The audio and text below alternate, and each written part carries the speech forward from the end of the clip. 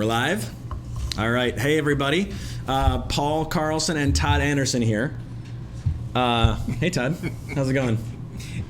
All right. So I want to give you guys a quick walk down memory lane. Okay. I met Todd originally, maybe if Dustin's watching here, he can chime in and tell us what year this was, but at Dustin's wedding, essentially. I photographed your son's wedding. That is right. Do you know what year it was? You probably know. I don't remember. You don't know either. That's Long terrible. time ago. Sorry, Dust. Yeah. But that's where we met. Yeah. And then it must have been a couple years later. Yeah. Yeah. You reached out and you were looking to buy a condo. And you asked if I would help you. That is correct. That is right. And then... I was the worst custer ever you ever had because I didn't know what I wanted. You know, yeah. I know that you feel that way, but... Yeah. What happened was Todd was deciding between Grand Rapids, Spring Lake, the country. There was just like this moving target of what are we looking for. It was cottagey, then it was condo living, and we ended up in a condo. Yeah, that's right. And it worked out really well for you. It really did. It actually did. But it was a tough spot because we were selling our East Grand Rapids home that we were excited about, and that was when I was jumping off the bridge, I call it. Everything that entire time is right around the time you launched your coaching business. Yeah, right. And I will tell another personal story. Okay. You had called me after the closing, and Todd was like, "Hey, Paul, I would love to take you out for lunch.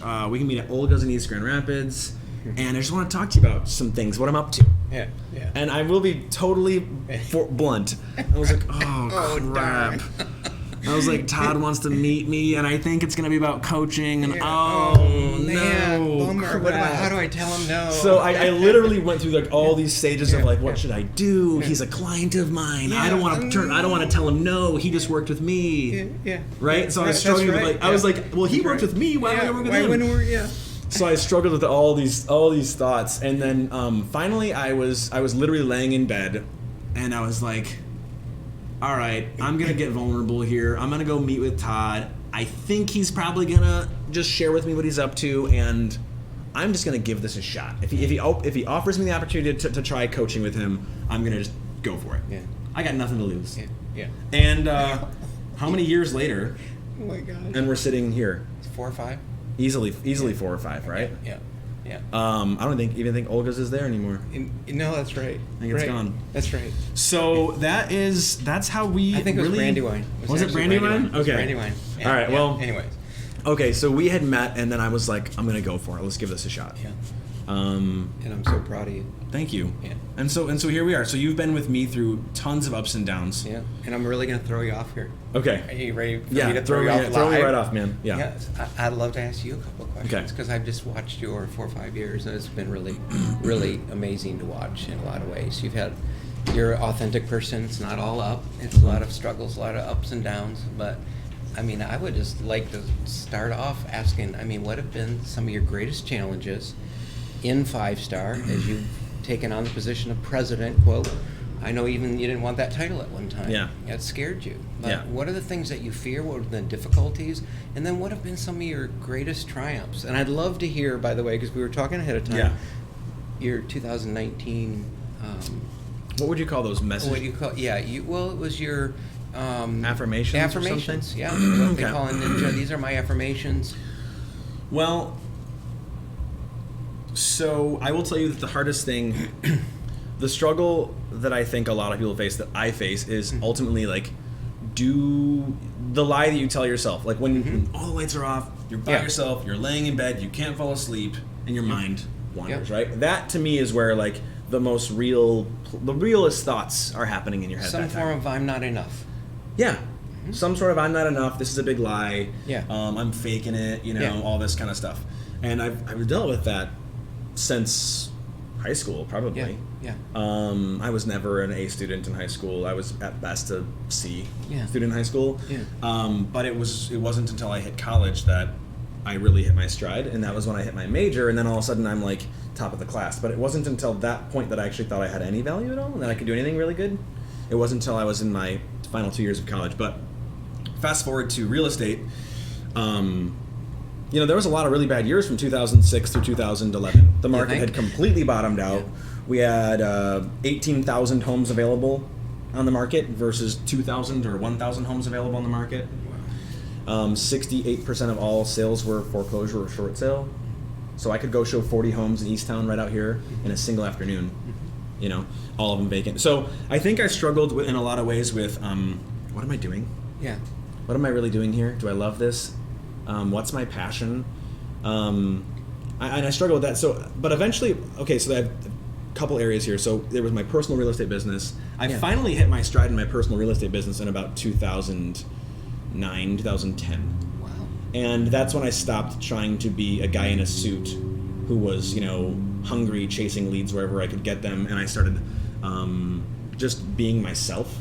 Wow. And all of a sudden I was more attractive to my clients and my friends and family and sphere, and then the leads started rolling in, and then you get the phone calls rolling in. So I discovered strength in being really who I was and kind of embracing all of my weaknesses and embracing those types of things in real estate. But I'll tell you, my biggest struggle ever was coming into 5-star leadership. Okay. Probably. Why was that a struggle? Someone would say, well, that's natural. You're Well, it was probably 2011, and Greg had built the company. He formed the company in 1996. And 2010, 2011, it was like, all right, so where do I fit into this thing? Yeah. I didn't build this company. I'm new to this company. I mean, I've been selling real estate here, but never been on a leadership team. The agent community didn't really know me at all. Why would I be in the leadership position here? What have I done to deserve this position? I'm Greg's son. Yeah. Right? That's about all I've done to get here.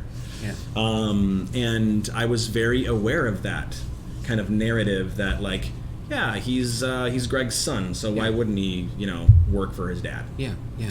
And so I think there was probably the most vulnerable thing I can say is that I never ever wanted to be seen as somebody that was handed anything. Yeah, yeah. And never wanted to be seen as somebody. You have to fight harder for it, in a sense? Yeah, or let it, or just collapse underneath the pressure. Okay. Right, you can collapse under the pressure, and. But then you knew there was something in you, though, that you had strengths. You had something in you that was a fighter. You're like your dad I'm to me. a little bit of a fighter. We talk about your differences. You're different, but you're also a lot alike. In one sense, I think that you like to be that when all odds are against you. I remember the moment specifically, Todd, and you were actually involved in this moment. It was, I can't remember what year it was. It must have been 2012. Okay. We were sitting on Greg's deck. Back. Oh yeah. Yeah. And I was really struggling with how in the world am I going to fill Greg's shoes? Yeah. Yep. How will I ever possibly be able to follow in this guy's footsteps and do what this guy's done, right? Yeah. I mean, he's had a lot of successes. Yeah, he's well liked at the board. He's well liked in the agent community. He's been in the business for 35 years at that time. Yeah. And so, but then all of a sudden, there was this just like overwhelming feeling of that kind of hit me, where I was like, you know what? I'll never actually be able to fill Greg's shoes. And that's an unrealistic goal. And that goal. it's okay not to. Yeah. Okay. And I have to have my own pair of shoes. How did that come to you? Well, I realized that Greg's leadership style and Greg's vision style and was different than mine. Yeah. And I was never going to be at my strongest if I was trying to do it his way.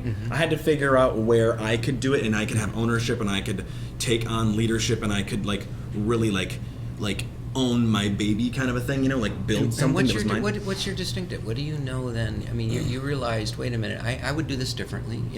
Not because what my dad does is not good, but I have different set of strengths. What were the distinctive strengths? I don't know that I necessarily knew when I came to that conclusion yet, but I came to the conclusion that I needed to have my own pair of shoes, and I was going to create my own pair of shoes. I was going to run alongside Greg. I wasn't going to try and take his shoes. I was going to go, well, there's room for 2 pairs of shoes. Okay. And I'm going to make my own set over here. Okay. So what happened, to answer the question about what was that, I think I realized that I had I had this energy towards rebuilding and refining and tweaking and pushing. Okay. And I thought, well, what if I could make my mark and put my stamp on this thing and try and build this thing? What if we used more creativity? What if we got really good at communication? What if we got really good at some of the things you see now at the company? Yeah. And I just started to, I think I failed a ton. Okay. Oh my gosh. What's the benefit of failure? Well, you learn what doesn't work. If you get mediocre results and you're like, well, it's not really a failure, but it's not really a success, I guess I'll just keep doing it. Yeah. then you don't really ever get to. I guess the lack of if you can get over the fear of failure, you can keep tweaking, keep pushing, keep growing, and keep learning and keep. Because you don't look at the failure as a personal failure. It just wasn't a good idea. It didn't work. Find a way to chalk it up and move on, I guess. Yeah. I have an observation for you. Yeah. Interesting. In listening to your story, being with agents, your agents, 500 agents, one of the distinctives that I see in 5-star is your desire that comes from, I think, from the top, from yourself, from Greg, is for them to find their own stride. You're not trying to put them in a box. You're not trying to say, here's the plan, here's the protocol, here's the way to do it. Actually, very much the opposite. You're trying to find what is distinctive about them. You're always saying that. You're always saying to an agent, what is it about you? It doesn't have to be Facebook. It doesn't have to be buying leads all the time. It doesn't have to be the perfect marketing program. So the story you just said, you just told the agents, which I find very, I've always found fascinating. I think they do too. It relates to your leadership style and what you're trying to create in 5-star. What would you say to an agent then that's struggling maybe like you struggle? I'm trying to find my way as an agent and I want to increase business. Maybe they've even been doing this 10, 20 years, but I want to now up my game. I want to, but so now do I buy leads? Do I, do I do it like that agent? I mean, you just said you had to find your own abilities, your own way to do it. You couldn't just do it like Greg or look at another brokerage and say, I'll do it like that. You had to find out deeply what's in Paul Carlson, what we call our why, or what the thing that makes you motivated. And what would you say to agents trying to find their way? I think that this is actually a pretty common thing that you see, right? Okay. We see this at the company. We see this all over in the real estate industry. There's a lot of confusion on what people should be doing. Okay. Like, we see people building Facebook pages, making logos, doing all sorts of things, which is all great and wonderful. Right. But at the end of the day, you're going, well, why are you doing these things? Okay. And so I think the first question that I would challenge even a veteran on is like, why are you doing that? Okay. And are you sure that activity right there is generating the value you think it's generating? Yeah. Yeah. Or could we take that same amount of energy you're placing onto this activity here? Can we move that energy over to here, and will this activity have more return on investment for you? So I think this goes to this like 80-20 rule we were talking about earlier. Okay. Where there's a lot of wasted energy in real estate. Okay. And you see it all over the place. So I'm trying to get back to the question, which was, what would I tell a new agent, or how would I help a new agent, or even a veteran agent? Yeah. Or somebody who's in a position of like, what do I do? Yeah, and it's not even so much. It's what I do, but it's coming right off your story. You said, how do I lead this company? I have to fill these shoes. I don't want to do it just. Yeah. Okay. So you see what I mean? Yes. Isn't that similar to what an agent has to do? So first off, what I believe is that every activity has value, and there's not a right way or a wrong way to do the business. Whether it's buying leads, whether it's only doing open houses, whether it's cold calling, whether it's door knocking, whether it's just bumping elbows and going to every single event you can to make friends and get your name out there, they all have value. Right.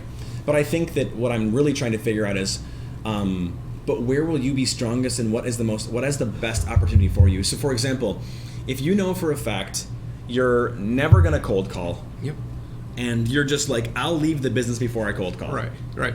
Then just face the fact. Then just face the fact that you're never going to cold call, and don't tell me that you like to cold call and you sometimes cold call. It's like, let's just take it off the table. Yeah. If you're unwilling to do it. And so I think what I'm really challenging people on is, but what it look? I don't know. I don't really have a perfect answer for you here.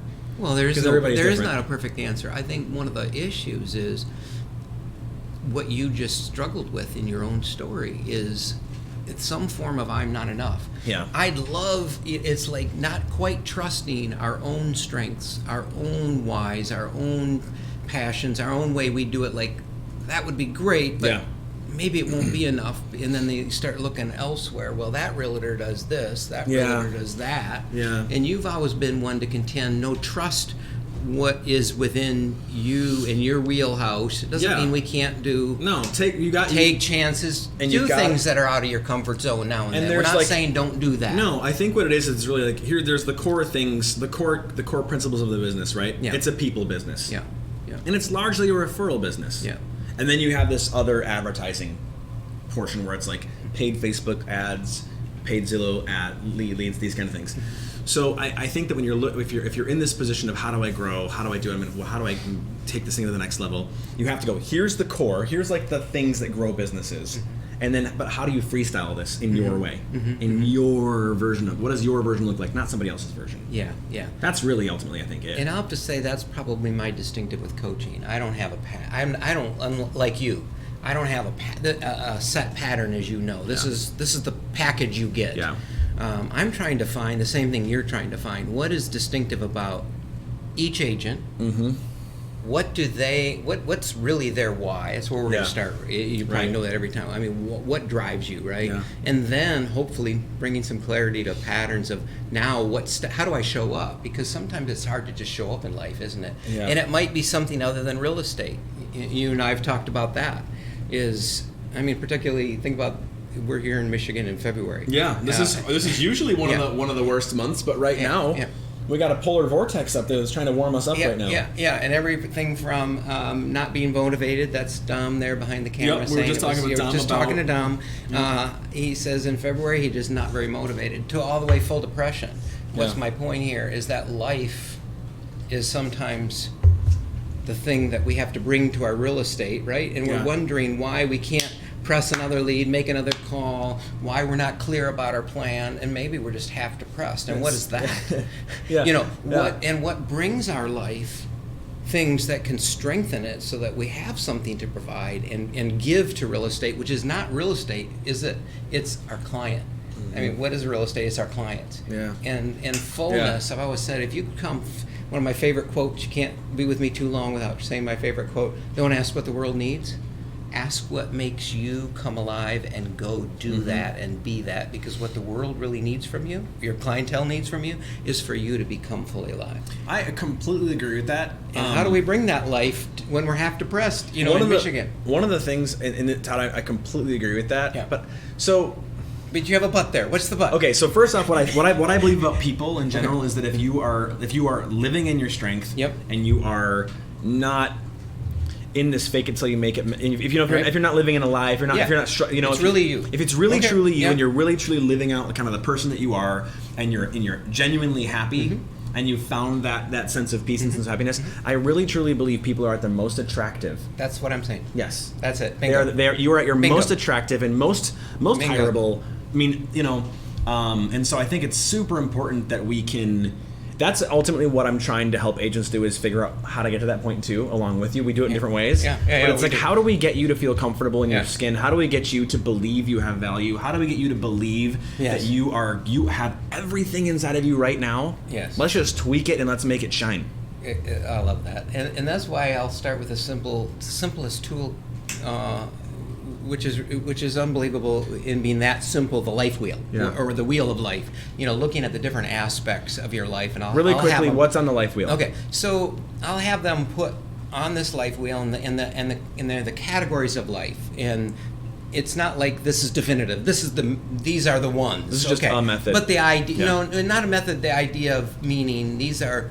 You could contend there's another major block here, but basically there's only a few, right? In other words, there is basically your vocation. We've been given a vocation here to work with. I mean, work is a lot of your time. Some would call that your career. Your relationships, key relationships that you're involved with.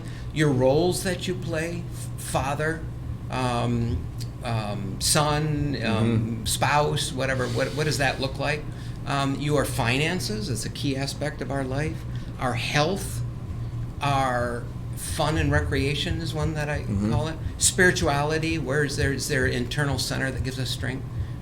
So anyways, there's these major blocks of life, and I'll just start with, give me 1 to 10 where you're at, and it's not uncommon for us to talk about an area. We're wondering why we can't do real estate, but what I always like to say, what if you're losing your marriage? Is that right? But yet you sell 2 more horses. Is that good? Or what about your health? What if you just feel terrible? You feel overweight. You feel sloppy. You feel unmotivated in terms of your very internal strength. That's going to affect how you show up. Maybe it's how you're treating your your significant other, your spouse, your neighbor, your best friend, maybe you're not even showing up because all you're thinking about is the next real estate deal. How does that then ultimately catch up and affect us? So I'm always aware. I try to be aware, I should say, with where is our life at, and then now how does real estate become a sharp, effective tool to live out the life that we really want to live.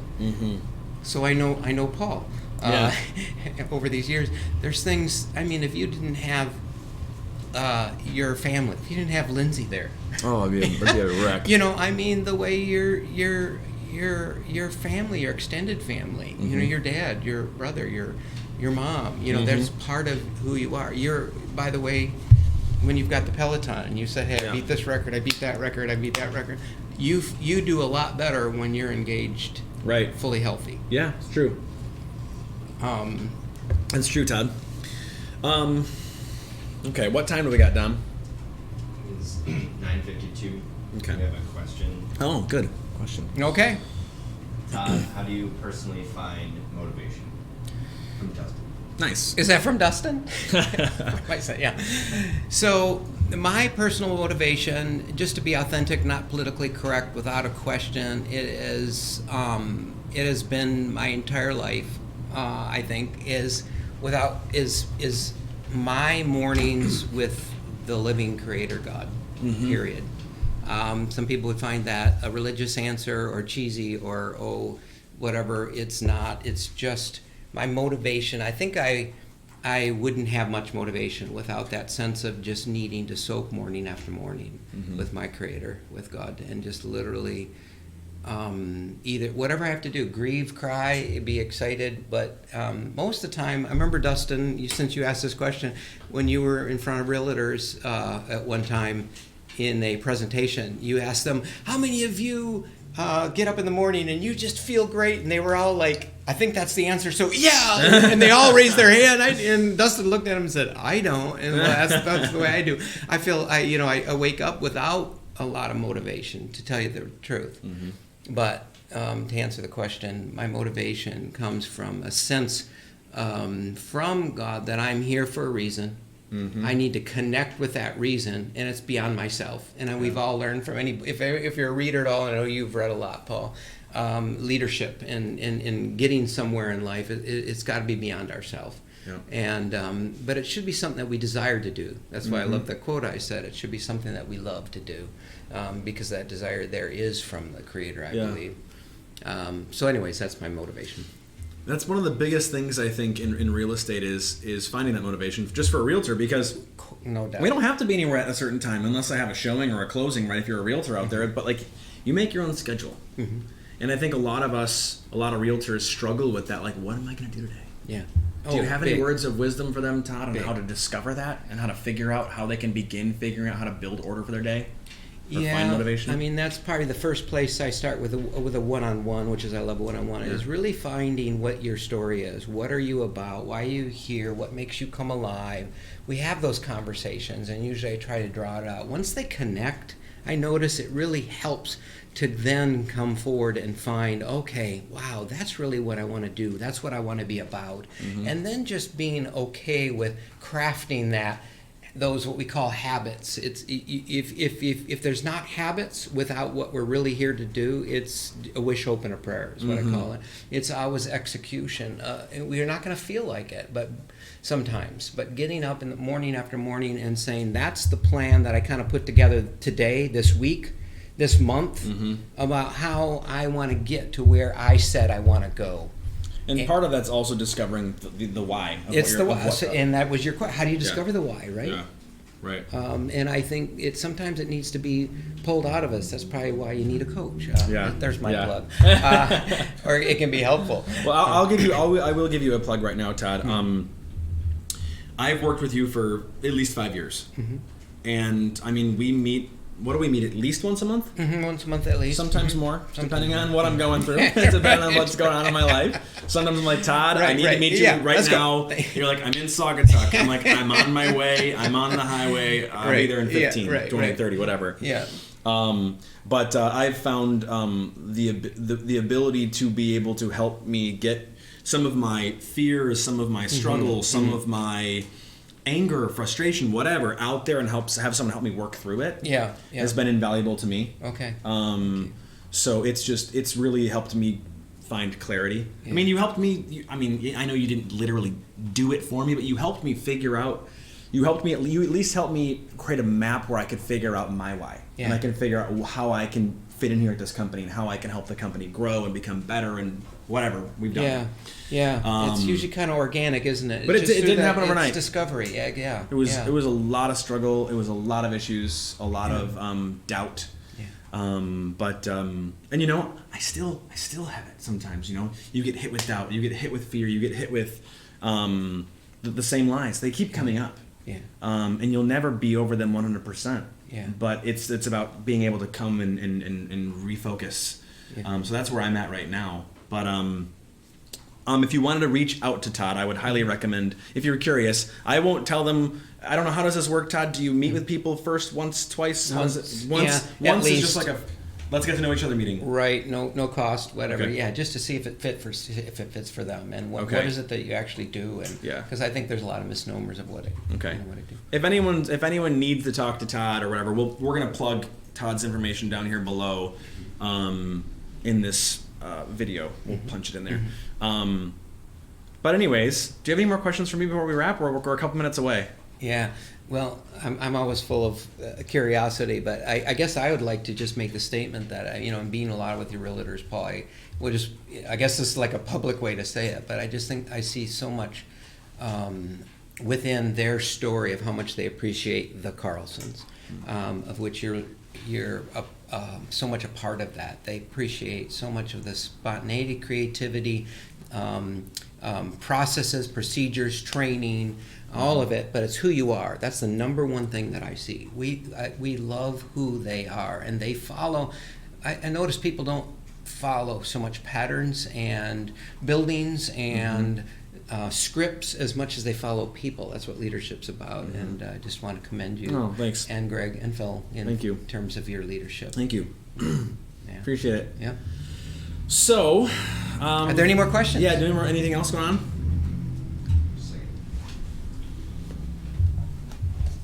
Before we end here, I will. I think Thomas Rice just commented. He just said. Hey, Thomas. He said that you're invaluable. He loves meeting with you. All right. So, Todd, I think you asked me a question earlier. We were talking about how I had hit this point in 2019 where I was just kind of I wanted them to hear that. I was kind of dragging, and I was really struggling with doubt, and I was struggling with, I was buying the lie that I was just a bump on a log, lazy, lethargic. I had this narrative in my head that I was buying into, and so I wrote myself this letter one night because I couldn't sleep, and I was just I just was a wreck, man. My mind was just spinning, and so I got up. And I was I gotta do something. And so I actually just sat down and I typed this out to myself. And I started thinking about what am I supposed to be doing? What are some of my value here at the company? What am I supposed to do? And I wrote this to myself. I owe my best abilities to each and every agent that has chosen 5-Star Real Estate as their home. Wow. That's number one. Number two was I commit to bringing a healthy, energized, and happy Paul to the table every day. Number three was I will not allow anyone to steal my joy and negatively impact my ability to lead 5-Star. Yeah. I will continue to push to create the best real estate company in Michigan. I will spend less time with those people who sap energy and focus on blame and shame. I will spend more time giving to those people around me. 2019 will be the year that we continue to amp up our value, communication, and support. I commit to being better each and every day. And then I wrote 2019 will be our best year yet. But it was really interesting what happened when I wrote that, because even just typing it, all of a sudden I just was I just felt the whirlwind, the scramble, the dissipate. It goes, And all of a sudden I knew what my direction Clarity. was. I had clarity. I was like, that's what I'm supposed to do. Yeah. This is what I'm supposed to bring to the table every day. Yeah. And so I taped it. It's taped on my, I don't know if you can see this, Dom. That is my bathroom wall. It's taped this is taped right next to my mirror. Paul, so since you did this, what's interesting, I know we probably shouldn't talk about realtors, but I was just with the Ensley team doing their team meeting with them, and Laura had every one of them write out exactly that, right there on the spot. And she had them all put them in envelopes and said, I want you to read that after the year is over. Yeah. And so I know Ninja teaches that, and you provide Ninja. Yep. But, so I'd love for that to be maybe the challenge that we could give together. Sure, yeah, this would be fun. And how would you say the challenge, and then I'll say it probably the same way. But why don't you say it, Todd? You're the guy with the. So my challenge to all the realtors out there at 5-Star is this: do what Paul just said. I loved you listened to him, and he said once I wrote down what I wanted my year to look like. Stephen Covey teaches that, by the way, is in his 7 Habits of Highly Successful People, was just what you did. In other words, everything's created twice. And in his habit number 2, it says, keep the end in mind. So it could be the end, he says, the end of your life. Look at your funeral. I mean, what do you want people to say about you? What do you want to be about? What legacy do you want to have left?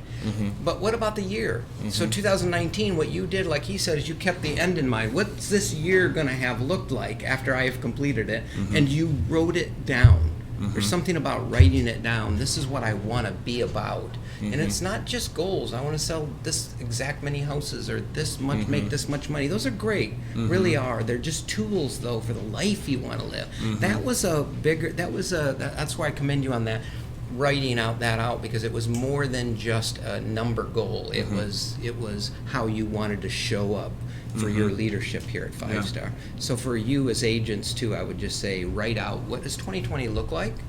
How do I want to live? Who do I want to be? What roles do I want to play? What kind of contribution do I want to make? And let real estate be one amazing tool that helps you get there. I like it. All right, challenge accepted. Okay. I'll be working on mine. So. Okay. All right, everybody. I wanted to say thanks to Todd for joining me today. As I said, we'll give Todd a plug here if you guys want to reach out to him. And thank you. Thanks for being part of it. Yep. Yeah, good to be with you, All right. bud. See you guys. All right.